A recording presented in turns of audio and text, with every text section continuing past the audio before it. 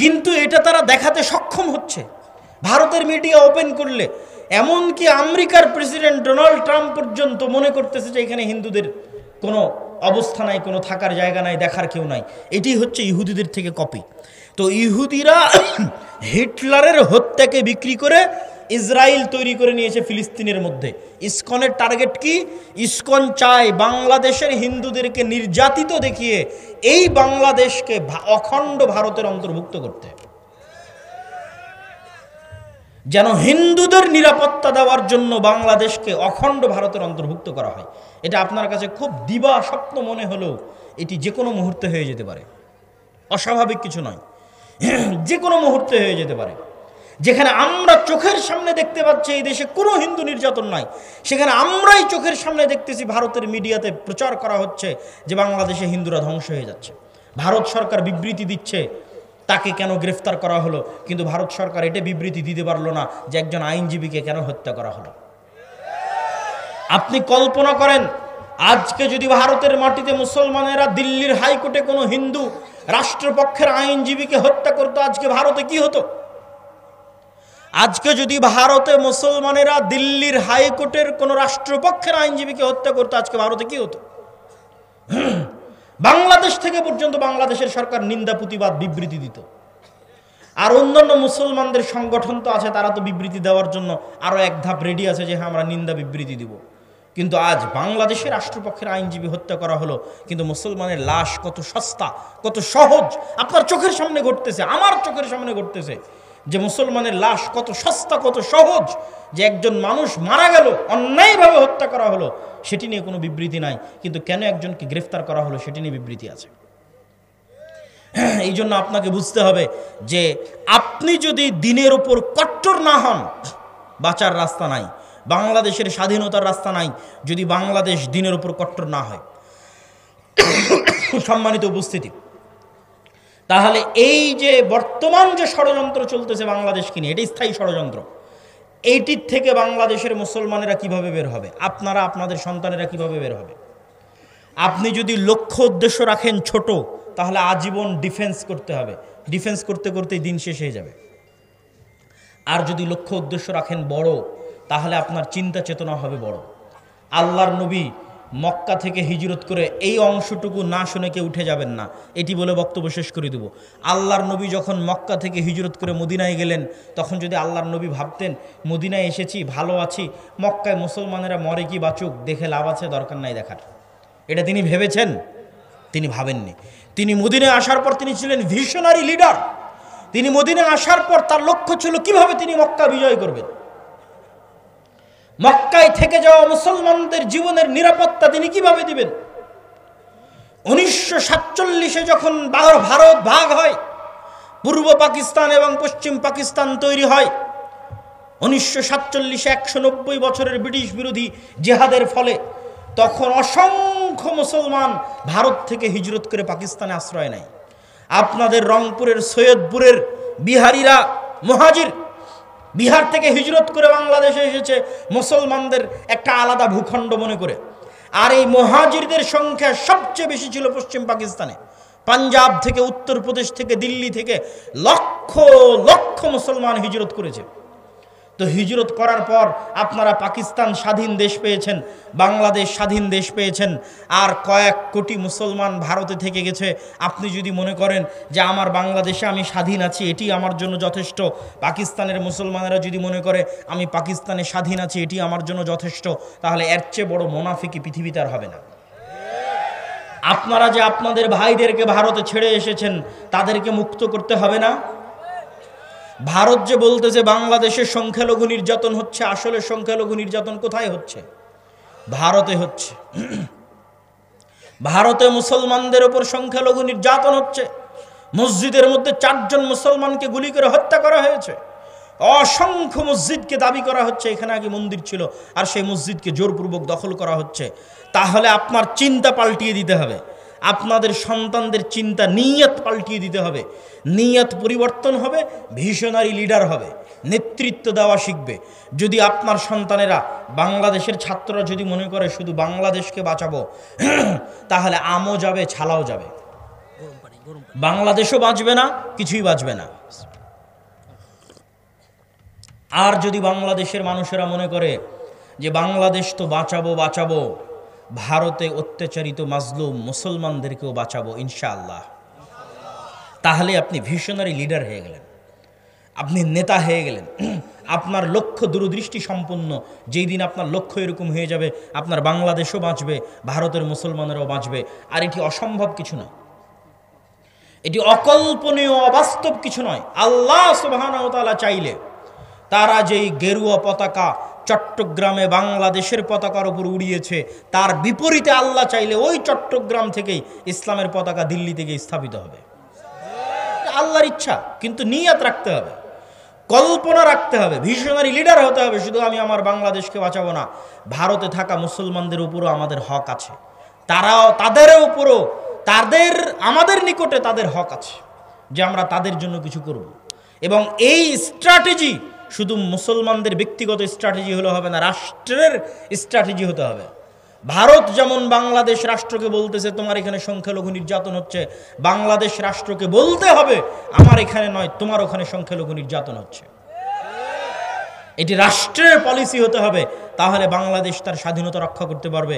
আর আপনাদের নিয়তে থাকতে হবে, আপনাদের পরবর্তী বংশধরদের নিয়তে থাকতে হবে ভিশনারি লিডার, যে আমি শুধু বাংলাদেশ বা বাংলাদেশের মুসলমানদের বাঁচাবো না, বরং ভারতের অত্যাচারিত মাজলুম মুসলমানদেরও বাঁচাবো।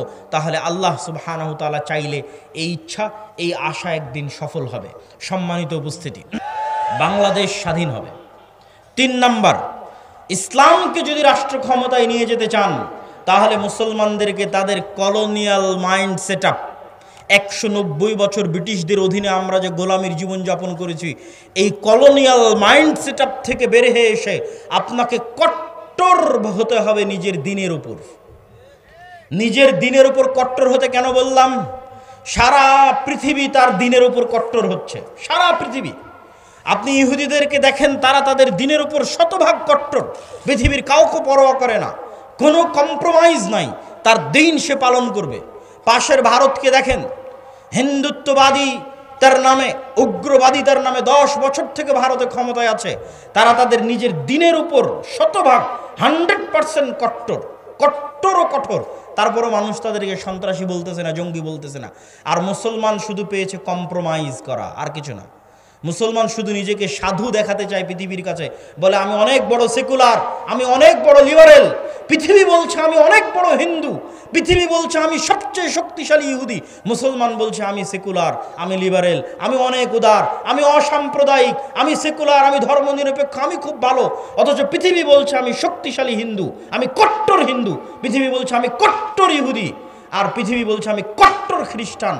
আর মুসলমানকে যদি 2টা থাপ্পড় দিচ্ছে, তাও উঠে বলতেছে ভাই আমি খুব সাধু। ওকে যদি হত্যা করছে, তাও বলছে আমি খুব সাধু, আমি সেকুলার, আমি লিবারেল। এই কম্প্রোমাইজ করে স্বাধীনতা টিকবে না। আপনাকে বলতে হবে, পার্শ্ববর্তীরা যেমন বলতেছে আমি কট্টর হিন্দু, পার্শ্ববর্তীরা যেমন বলতেছে আমি কট্টর ইহুদি, আপনাকে বলতে হবে আমি কট্টর মুসলিম। যেই দিন বলতে পারবেন সাহস করে আমি কট্টর মুসলিম, ওই দিন স্বাধীন হয়ে গেছে। ওই দিন বাংলাদেশ স্বাধীন হয়ে গেছে, পৃথিবীর মুসলমানেরা স্বাধীন হয়ে গেছে। কিন্তু কলোনিয়াল মাইন্ড সেট আপ থেকে বেরিয়ে আসতে হবে। কলোনিয়াল মাইন্ড সেট মানে ঔপনিবেশিক গোলামির জিঞ্জির। সারা পৃথিবীতে মুসলমানেরা যেখানে যত সমস্যায় আছে, প্রত্যেক সমস্যার পিছনে ঔপনিবেশিক গোলামির জিঞ্জির আছে। 190 বছরের ইতিহাস। আপনি ইংরেজি কেউ বললে তাকে ভালো কেন লাগে? ইংরেজি বললে তার চাকরি কেন হয়? বাই ডিফল্ট কেন এরকম মনে হয়? অথচ মদিনা বিশ্ববিদ্যালয়ে পড়তে গিয়ে এক আফ্রিকান বন্ধু, তার সেকেন্ড ল্যাঙ্গুয়েজ হচ্ছে ফরাসি। তার সেকেন্ড ল্যাঙ্গুয়েজ কেন ফরাসি হবে? আর আমার সেকেন্ড ল্যাঙ্গুয়েজ কেন ইংরেজি হবে? ও ছিল ফ্রান্সের গোলাম, আমি ছিলাম ইংল্যান্ডের গোলাম। আফ্রিকান কান্ট্রিগুলো ছিল ফ্রান্স, ইতালি এবং স্পেনের গোলাম, আমরা ছিলাম ইংল্যান্ডের গোলাম। এই জন্য আমাদের কাছে ইংরেজি ভালো লাগে, ওদের কাছে ফরাসি ভালো লাগে। অথচ আপনি ইংল্যান্ডের এরিয়া পার হয়ে ফ্রান্সে যান, ইতালিতে যান, স্পেনে যান, কোথাও ইংরেজি নাই। আমি ইংরেজি ভাষা শিখতে হবে না সেটা বলছি না, কিন্তু ফ্রান্স, ইতালি এবং স্পেনের মানুষ জাতিগতভাবে, মনস্তাত্ত্বিকভাবে এতটা স্বাধীন যে সে ইংরেজি শিখতে চায় না। সে বলতেছে আমি আমার ফ্রান্সের ফরাসি ভাষা নিয়ে থাকবো, আমি আমার ইতালিয়ান ভাষা নিয়ে থাকবো, স্প্যানিশ নিয়ে থাকবো। বিমানবন্দরে পর্যন্ত এক্সিটটা ইংরেজিতে লেখেনি। তাহলে স্পেন, ফ্রান্স, ইতালির মানুষ মনস্তাত্ত্বিকভাবে কোন পর্যায়ের স্বাধীন, আর আমি মনস্তাত্ত্বিকভাবে কোন পর্যায়ের গোলাম? কেন একজনকে প্যান্ট শার্ট পরা দেখলে তাকে স্মার্ট মনে হয়, আর আরেকজনকে এরকম জুব্বা পরা লম্বা দাড়ি দেখলে আনস্মার্ট মনে হয়? এটা 190 বছরের লিগ্যাসি আমরা বহন করে আসতেছি, কারণ আমাদের বাপ দাদারা 190 বছর যাবৎ ব্রিটিশদের গোলামি করেছে।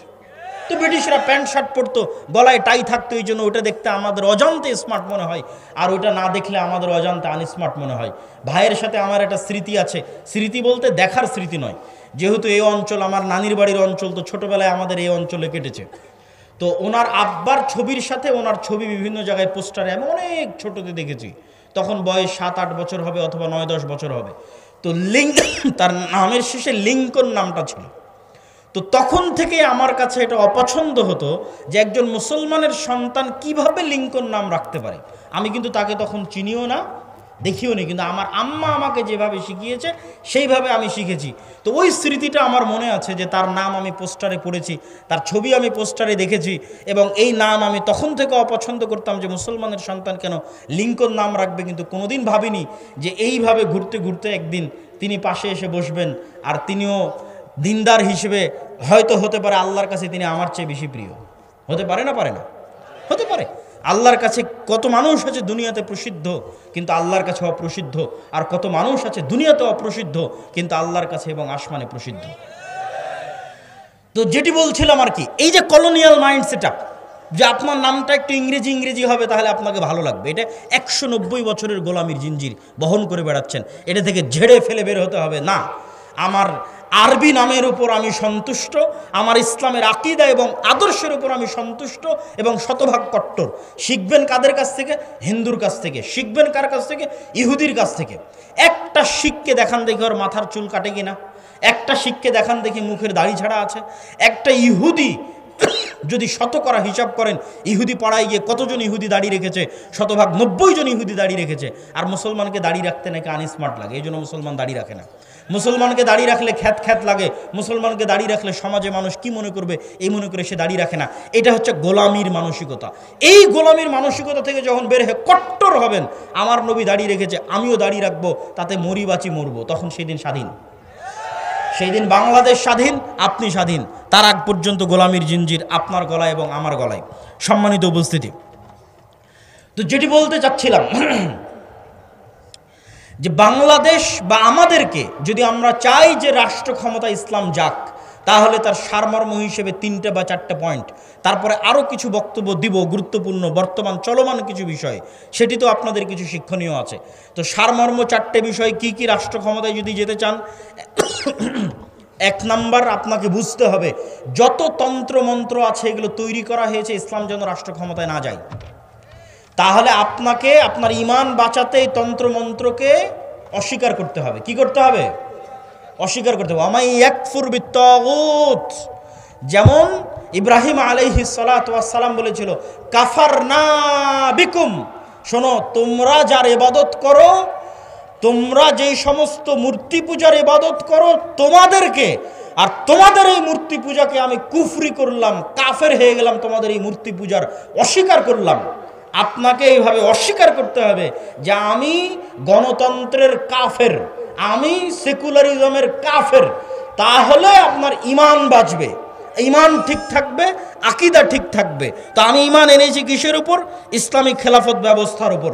আর বাকি যত তন্ত্রমন্ত্র আছে এগুলোর আমি কাফের, এগুলো অস্বীকার করি ওপেন প্রকাশ্যে। কেননা এগুলোর অস্বীকারের মধ্যে ইসলামের ক্ষমতার উত্থান আছে, আর এগুলোর অস্বীকারের মধ্যে ইসলামের ক্ষমতার, এগুলো অস্বীকার না করলে ইসলামের ক্ষমতার উত্থান নাই। 2, আপনাদেরকে ব্যক্তিগত জীবনে সত্যবাদী এবং ন্যায়পরায়ণ হতে হবে, না হলে আল্লাহর দয়ায় আল্লাহ আপনাকে ক্ষমতা দিবে না।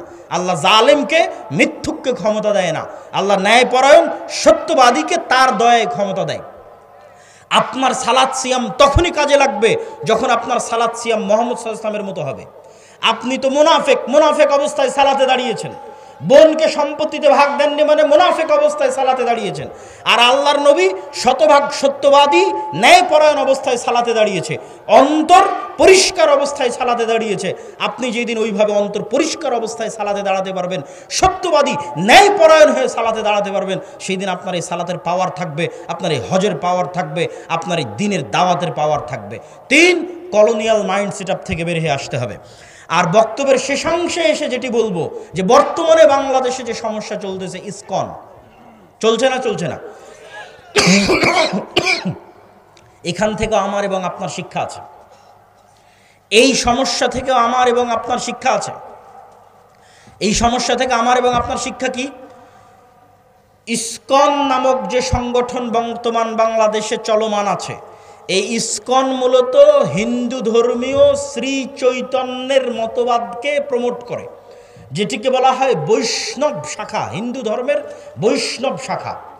আর শ্রী চৈতন্যকে কেউ বলে যে তিনি নিজে শ্রীকৃষ্ণ, আর কেউ বলে যে শ্রী চৈতন্য মূলত শ্রীকৃষ্ণের ভক্ত ছিলেন। তো এই ধারাটার মূল বক্তব্য কি? এই ধারাটার শ্রী চৈতন্যের মূল বক্তব্য হচ্ছে হিন্দুদের মধ্যে যে জাতপাতের ভেদাভেদ আছে, হিন্দুদের মধ্যে জাতপাতের ভেদাভেদ আছে, ব্রাহ্মণ, ক্ষত্রিয়, শূদ্র, এরকম 4টে ভাগে তারা বিভক্ত। তার মধ্যে সবচেয়ে সম্মানিত অংশটা হচ্ছে ব্রাহ্মণ, যারা তাদের দাবি অনুযায়ী তাদের ভগবানের মাথা থেকে সৃষ্টি হয়েছে, নাউজুবিল্লাহ। তো এই নিম্নবর্ণের হিন্দুদের কোনো অধিকার হিন্দু সমাজে ছিল না, ফলত নিম্নবর্ণের হিন্দুরা দলে দলে ইসলাম গ্রহণ করেছে। কেননা ইসলামের সবাই সমান, ইসলামে কোনো জাত নাই, পাত নাই, কালার নাই, রং নাই, বর্ণ নাই, ভাষা নাই, কিছু নাই। ইন্না আবাকুম ওয়াহিদ ওয়া ইন্না রাব্বাকুম ওয়াহিদ ইয়া আইয়ুহান নাসু উবুদু রাব্বাকুমুল্লাযী খালাকাকুম মিন নাফসিন ওয়াহিদা। তোমাদের পিতা এক, তোমাদের রব এক। জো বাইডেনের পিতা, নরেন্দ্র মোদীর পিতা, ডক্টর ইউনূসের পিতা একজনই, আদম আলাইহিস সালাতু ওয়াস সালাম। তো ইসলামের সবাই সমান, এখানে কোনো জাতপাত নাই, রং বর্ণ কিছু নাই। তো এই জন্য নিম্নবর্ণের হিন্দুরা দলে দলে ইসলাম গ্রহণ করেছে। নিম্নবর্ণের হিন্দুদেরকে ইসলাম থেকে ঠেকাতে, নিম্নবর্ণের হিন্দুদেরকে পাওয়ারফুল করার জন্য, হিন্দু সমাজে তাদের একটা জায়গা তৈরি করার জন্য শ্রী চৈতন্যের মতবাদের আবির্ভাব হয়, যেটিকে হিন্দু ধর্মের বৈষ্ণব শাখা বলে। এটিকে নিয়ে কাজ করে ইসকন। এই জন্য ইসকনের বড় বড় মন্দিরগুলো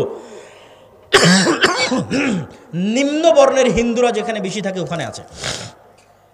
ঢাকার স্বামীবাগ পুরোটা মেথরপট্টি, ওই মেথরপট্টির মধ্যে স্বামীবাগের সবচেয়ে বড় ইসকন মন্দির সেখানে নির্মিত। সিলেটের চা বাগানের শ্রমিকরা নিম্নবর্ণের হিন্দু, ওই সিলেটের চা বাগানের শ্রমিকদের মধ্যে ইসকন খুবই শক্তিশালী। বাংলাদেশের রাষ্ট্রপক্ষের আইনজীবী সাইফুল ইসলাম আলিফ ভাইকে মেথরপট্টিতে হত্যা করা হয়েছে, কেননা মেথরপট্টিতে ইসকন সবচেয়ে শক্তিশালী। নিম্নবর্ণের হিন্দুদের নিয়ে ইসকন কাজ করে। আর ইসকনের কাজ কি? ইসকনের মূল টার্গেট কি? ইহুদিরা ইসরায়েল কিভাবে প্রতিষ্ঠা করেছে? ইহুদিরা ইসরায়েল প্রতিষ্ঠা করেছে কাঁদতে কাঁদতে, মায়া কান্না দিয়ে। আপনার মনে হয় যে আমেরিকা মুসলমানের শত্রু, তাই ইসরায়েলকে টাকা পয়সা, ধন সম্পদ, অর্থ, অস্ত্র দেয় না। মুসলমানের শত্রুতার কারণে যতটা না দেয়, তার চেয়ে বেশি দেয় এই মনে করে যে এরা হচ্ছে অসহায়, এদের থাকার জায়গা নাই, এদের দেখার কেউ নাই। আর এই অসহায়ত্বটা তৈরি করেছে ইহুদিরা। Holocaust, Hitler হলোকাস্টে